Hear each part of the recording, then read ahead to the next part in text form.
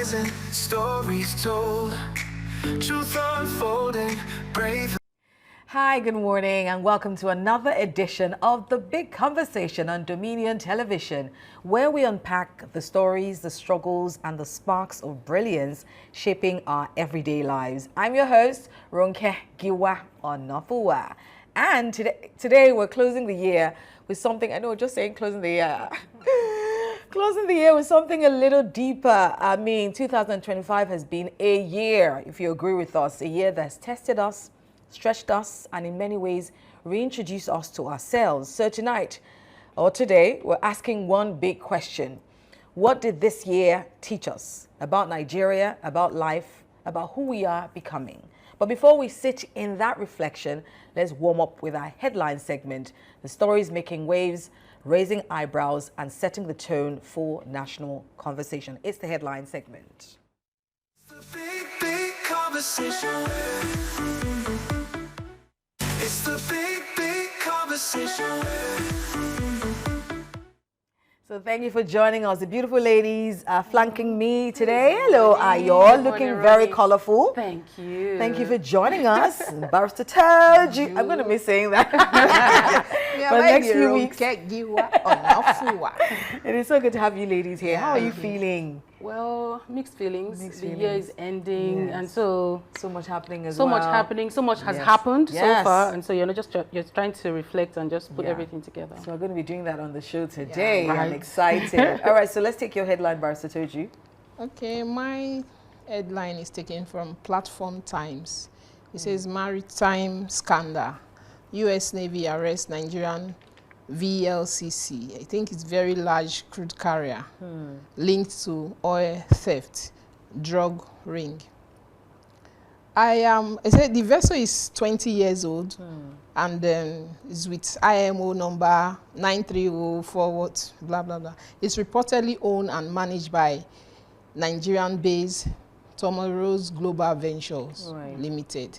However, the other interesting thing is that authorities said that the tanker was illegally flying the Guyanese flag at the time of the arrest. The Nigerian tanker? Yes. Right.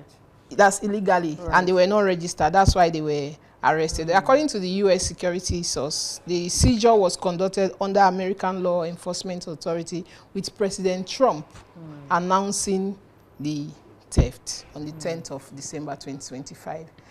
What I'm happy about here is that Trump is blowing another whistle again. I think we are going to sit up a bit. He came, he blew his whistle on security, and things are beginning to look good. We don't really need a Trump to come and be blowing whistle. However, this doesn't look good for our international image. We have not, the quagmire we are in, we have not left that. This is another, this thing has been going on, and they've been burying it. I think it's because Trump has spoken. And the tanker was arrested in their territory. That's why it's coming to the fore, because 2 months ago, maybe because I'm from Niger Delta, there was a gist of that, you know, and it was just buried. How come she was flying another flag in another territory? In international law, that is very wrong. That means you are there illegally, which is wrong. And then who is the owner of the vessel? Right. Are they going to be brought to the book? Those are the things. Maybe because Trump is involved now, it will get to that level. Because they've been stealing our crude. We have money. But I don't know what the government is doing. It didn't start from President Tinubu's regime. It has been there since. And I hope and pray that with this Trump whistle, things will change a bit. Right. So for me, it's the interesting drug ring that is connected to this that I'm interested in. I hope that this whistle, there's a lot, we uncover a lot of things as well. That's the thing. Apart from that, very quickly, I think one other thing that I think Nigerians need to focus on with this news is the fact that this is a syndicate. The people that were arrested are a syndicate that are believed to be financed by Iranian-linked and Islamist money laundering network. We continue to have issues with abductions, bandits, terrorism, and all sorts of things. And we've always questioned how these people are being financed, how these people are being funded this whole time. Maybe this is the red herring we've been waiting for. And then where were the customs and the naval officers? Questions. Because a lot of a ship cannot pass through our international our waters without you knowing, because they have signals and all of that. Then is it that we can't get buy technology that we use to fight these things? Me, I don't understand. Some people have been empowered to do pipeline surveillance. They are just enriching themselves. I hope and pray that President Tinubu will look into it. He should look into it, because I think there's no way, because just like what Ayo said, because this space is interesting that, you know, this syndicate believed to be financed by Iranian-linked and Islamist money laundering networks, raising geopolitical concerns about Nigeria's role, knowingly or unknowingly. Because I won't be surprised if it's unknowingly, because sometimes we don't... Isn't it even a bigger indictment if it's unknowingly? Yes, it shows incompetence, it shows our lack of... But another thing is that they say when two elephants fight, the grass suffer. It's you that will go to the any airport and they will look at you with your green passports as if all of us, we are all criminals. And that's not the case. Absolutely. The Nigerian government needs to look into this.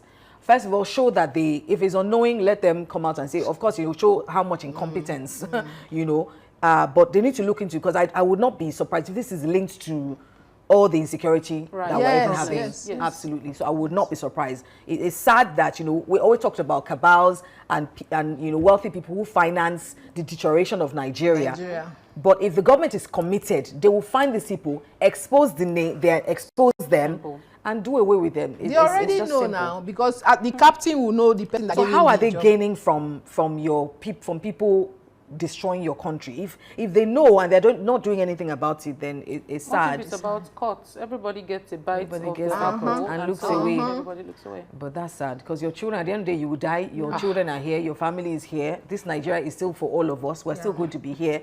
And it's sad that our politicians don't see beyond what they can eat. What are their children? That stomach infrastructure, I hope they can see beyond their stomach, because sadly, you know, it is what it is. But what is your headline? Well, still talking about infrastructure in a way, I guess.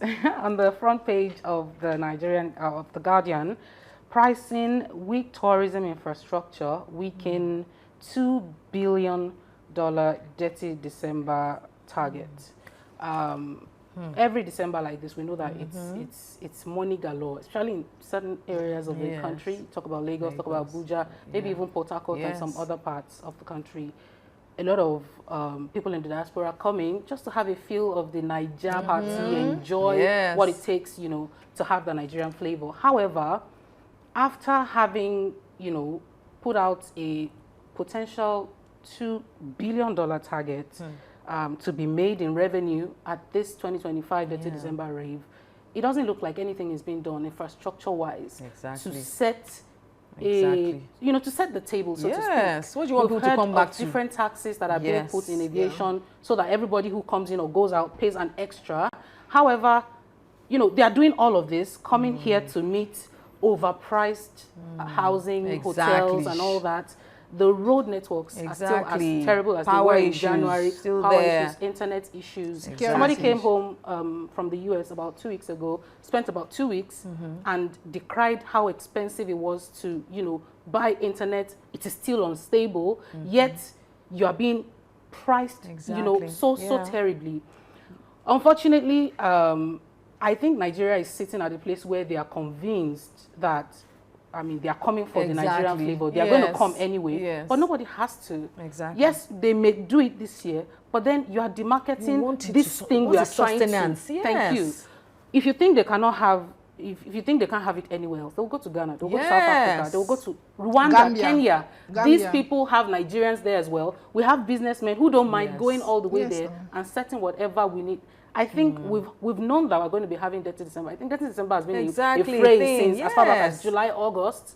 Yet, nothing has been invested. Knowing that you intend to get this revenue, I think it's very reckless and it's just unfair. I know, because it's just that same old cruise and we'll get by. People will come. Exactly, that vibes and inshallah mentality. The government, you've seen a treasure pot for a December. It's a treasure pot. You need to now leverage it. If you're going to charge people through their nose for, then they must be getting something in return. So you can't let people keep coming here to a dilapidated Nigeria and then you think they're just going to keep coming. You want sustainability. And what are you going to do to get that sustainability? We're not there yet. It's just all still vibes and inshallah. And people that are coming, if I have somebody abroad that wants to come, I will advise them not to come because of the insecurity issue. There's insecurity everywhere. Every day they are People kidnapping. are stabbing themselves on the streets of in Hackney, in East London, and people are shooting themselves in America. So they shouldn't let it look like it's only Nigeria. It's peculiar. People are stabbing. You can be walking in London and they will stab you. But at least when they are caught, they they will be brought to the book. Somebody will stand up for them. The state. Fair enough. This one, Yes. is your family that will look for 20 million or 50 million to look for how to pay ransom. I think that's what I would say. They should come anyway. I mean, Yes, I would I love think to see they my should siblings come. and Yes. you know, people that are coming, but they should just be careful. This is not the Nigeria of what 10 years ago, 5 years ago. So I read recently that what's even the important. government here in Oyo State is sort of tightening security. That's one of the things they need to spend a lot of money. Tighten security. People are coming here. You need They to should regulate shortlets. Why hike the price? Exactly. Because people It's are just coming. Is it only ridiculous. shortlets?